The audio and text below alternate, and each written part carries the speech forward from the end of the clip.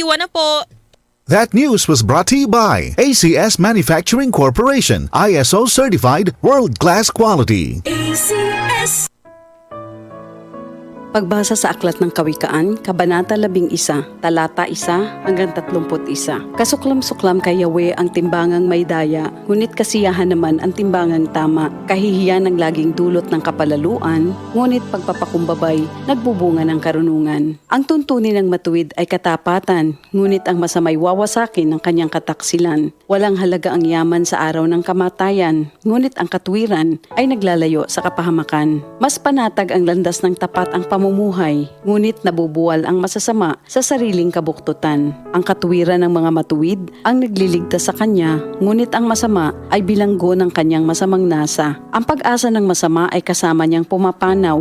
Ang umasa sa kayamanan ay mawawalang kabuluhan. Ang matuwid ay inilalayo sa bagabag, ngunit ang masama ay doon bumabagsak. Ang labi ng walang Diyos sa iba ay mapanira, ngunit ang dunong ng matuwid ay nagliligtas ng kapwa. Kapag ang matuwid ay pinagpapala, ang bayan ay nagagalak, ngunit higit ang katuwaan kapag ang masamay napapahamak. Dahil sa salita ng matuwid, ang bayan ay tumatatag, ngunit sa kasinungalingan ng masama, ang lungsod ay nawawasak. Ang kapos sa kaalaman ay humahamak sa kapwa, ngunit laging tahimik ang taong may unawa. Walang maitatago sa bibig ng madaldal, ngunit ang tunay na kaibigan, iyong mapagkakatiwalaan. Sa kakulangan ng tuntunin ng bansa ay bumabagsak, ngunit sa payo ng nakararami, tagumpay ay tiyak. Ang nananagot para sa iba, sa gusot ay nasasadlak, ngunit ang ayaw gumarantiya ay malayo sa bagabag. Ang babaeng mahinhin ay nag-aani ng karangalan, ngunit ang walang dangal, tambakan ng kahihiyan. Lagi sa kahirapan ang taong tamad, ngunit masagana ang buhay ng isang masipag.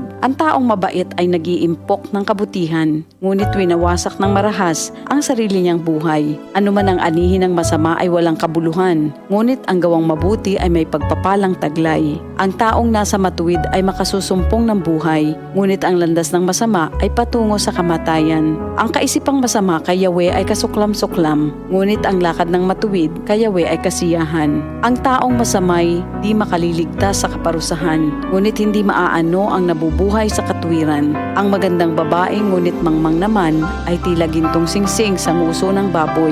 Anumang nais ng matuwid ay nagbubunga ng kabutihan, ngunit ang mahihintay lang ng masama ay kaparusahan. Ang taong mapagbigay ay lalong yumayaman, ngunit naghihirap ang tikom ng mga kamay. Ang taong matulungin sasagana ang pamumuhay, at ang marunong tumulong ay tiyak na tutulungan. Sinusumpa pa ng lahat ang nagkakait ng butil, ngunit pinupuri ang nagbibigay ng pagkain. Kung mabuti ang hangarin, ikaw ay igagalang. Kapag humanap ng gulo, iyon ay masusumpungan. Malalantang tila dahon ang nagtitiwala sa kanyang yaman, ngunit ang matuwid ay giginhawa tulad ng sariwang halaman. Ang nagpupunla ng gulo sa sariling sambahayan, mag-aani ng problema, gugulo ang pamumuhay. Ang taong mangmang at walang nalalaman ay alipin ng matalino habang siya'y nabubuhay. Buhay ang dulot ng matuwid na pamumuhay, at kamatayan naman ang hatid ng karahasan. Ang matuwid ay ginagantimpalaan dito sa lupa, ngunit paparusahan naman ang mga makasalanan at masasama. Ito ang salita ng Diyos.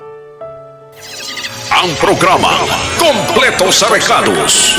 Local at national news, balita sa iba't ibang probinsya, world showbiz at sports news. May pampagood vibes na balita para sa inyong umaga. Unang radyo, unang balita. Unang radyo, unang balita. Tuwing alas 5 hanggang alas 7 ng umaga.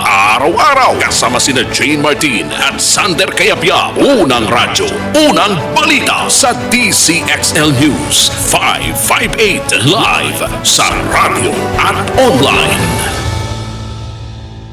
DCXL News, ang himpilan ng RMN.